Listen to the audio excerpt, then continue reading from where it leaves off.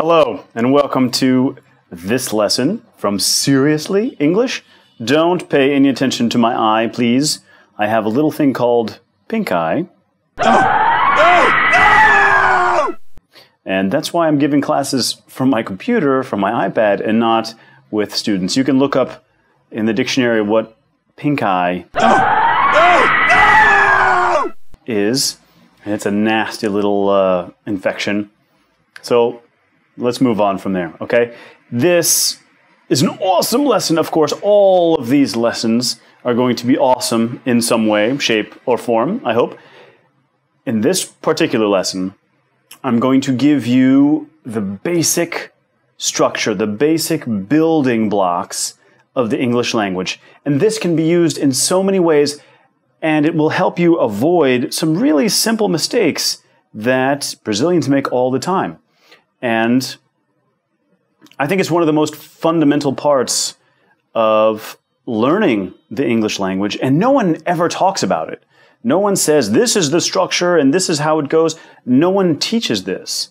But when I learned about it, I thought it was the most important thing because everything else is built around this structure. And this structure is a very simple thing.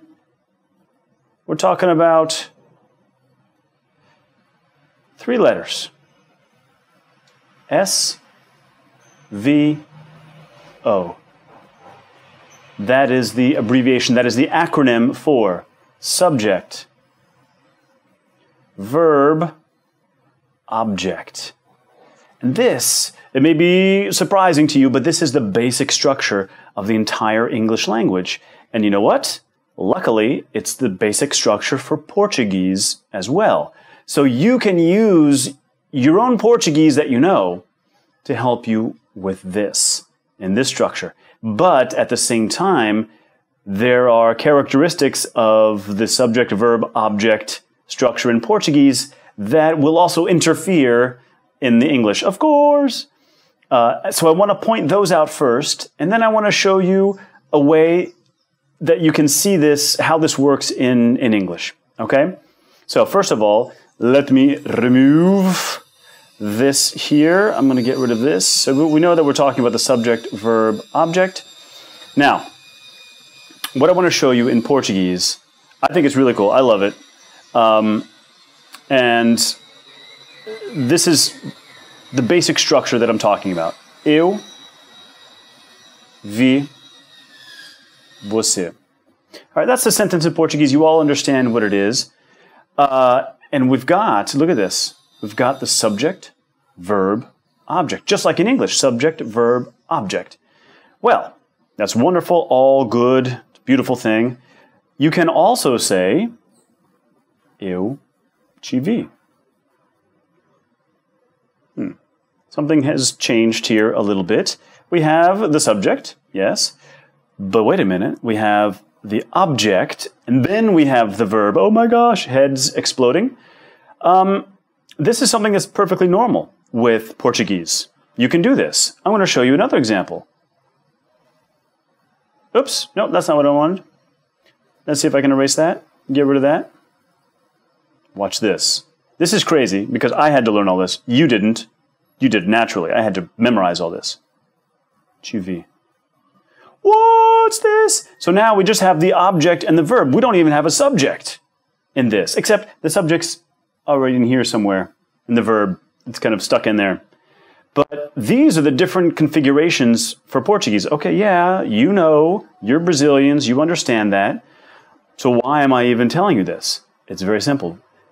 You have this manipulation in Portuguese, but in English, the SVO structure is SVO. You can't change it. And you need all the little bits. You always need a subject, you always need a verb, and when the verb demands it, you need an object.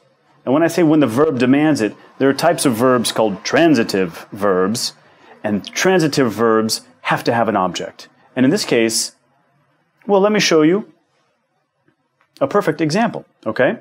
Let's conjugate this. You have eu. What's eu? We'll use blue. I, that's the subject. Vi, saw. Você, the object. You. That's the only way you can say it. You can't just say, saw you. Nope, you can't say, you saw. No, it doesn't work. So in English, and this is why I'm emphasizing this, you have to have the subject, you have to have the verb, and this verb, to see, demands an object. You see something. And that's your object. So you got to have all that. So let's do a little conversation in Portuguese and see where these errors might occur in English. Okay? So let me just get rid of all this again.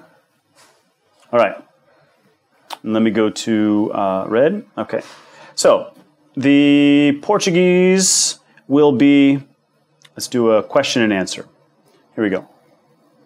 Você viu o filme? Let's keep it simple. Question mark. Você viu o filme? Oops, let me put a little thing there. So let's look at this. We have the subject, você, viu, the verb, and o filme, all of this is the object. All right? Simple, beautiful, and in English, what do we have? Did you? We're not going to get into this auxiliary verb right now. See the movie? Very simple, no problem. We're just presenting you with my case here. So we have you, the subject, see is the verb, and then here we have the movie is the object. Okay, that's perfectly cool, no problems there. But a possible and natural answer in Portuguese might be vi. Wait a minute. That's totally fine. But in English, how do you say that? Well, first of all, in this, we have the subject, the verb, and the object all mixed up into one single sound, vi. Well, the subject is eu, and the verb is vi. You don't need the subject. And the object, the film, the movie, we all know what we're talking about, so Portuguese allows you to drop that. You don't need the object pronoun. And you don't need the subject pronoun often. So that's called pro-drop, pronoun drop. English doesn't have that. A lot of languages have that. English doesn't, unfortunately. Or fortunately for me. So this answer in English would be, we have a few elements that we need. So we need the yes or no. So yes, we're going to answer affirmatively. Yes. Then you have to have the subject, and that's I. And you have to have the verb, it's in the past simple, saw, and you got to have the object, and it's it. We're not going to repeat the movie because we've already talked about the movie. We don't need it anymore. That's what pronouns are for. So here we have the subject, I, the verb, and the object. We have to have it. This is where Portuguese sometimes interferes with the English, and mistakes are made. Sometimes Brazilians will leave out this, and they'll say, yeah, I saw. Well, you got to have the it. You got to have the object. Oh, I can't undo that. That's unfortunate. So, and then let's ask another question in Portuguese. Gostou? Obvious question, obvious follow-up question. And again, we have the subject, verb, and object all inside this one package. And in English, you say, did you like it? You got to have all these little bits and pieces. They have to be there. You have to have the subject, the verb, and the object. Again, Brazilians might say something like, did you like? Which, of course, we understand what you're saying. That's not the issue. But what I'm pointing out is all these little elements that have to be there in English. Now, to finish it off, you saw the movie, and it was like Django Unchained, or some awesome movie, and you say, adorei. Again, we see the subject, verb, object, all inside this little package of 3 sounds, adorei. Adorei. I love that too.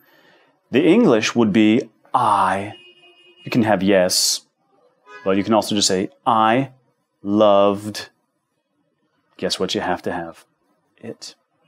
All right, you got to have the subject, the verb, and the object there. Now, this is the basic structure of English, and it follows the same basic structure as Portuguese, but Portuguese has these little elements, these little parameters that you can fiddle with, that you can toggle to change the structure, which English does not. And it's those characteristics that are transferred from Portuguese to English, and that's where the mistakes are often made. And this is at some of the highest levels too. A student of mine the other day, she speaks English perfectly, and we were talking about exercise, and she had hurt her back, and she wanted to begin exercising again because she needed to. She needed exercise. And so she's like, yeah, I need. And that's a case, what's going on is in her mind, eu preciso, eu realmente preciso. But because of that characteristic where you can drop the pronouns and you don't need it, she was saying, I need. But in English, you gotta have I need it. All right, you gotta have that object. I need it. I need exercise. So again, let's just recap real quickly. Let me get rid of all this. Let's remove this. So what we're talking about is subject, verb, object. We gotta have all the little bits and pieces. And before we go, I'm going to give you a text. This is from a commercial in Portuguese. And what I'd like you to do is, and this text represents really clearly how Portuguese is used and how, when you translate it, when you produce the English version of it, how mistakes might be made. All right? Pay attention to what we talked about with the subject-verb-object structure, and when you translate it, send it in the comment section. I'd like to see how you do, okay? And I'll post the correct version at some point in the future, all right? Stay there. Don't go anywhere. I'm going to put the text on in 2 seconds. Okay, so here's your text. Translate it. Pay attention to what we talked about, SVO, subject-verb-object. I'd love to see your responses. All right, cheers. See you next time. Seriously?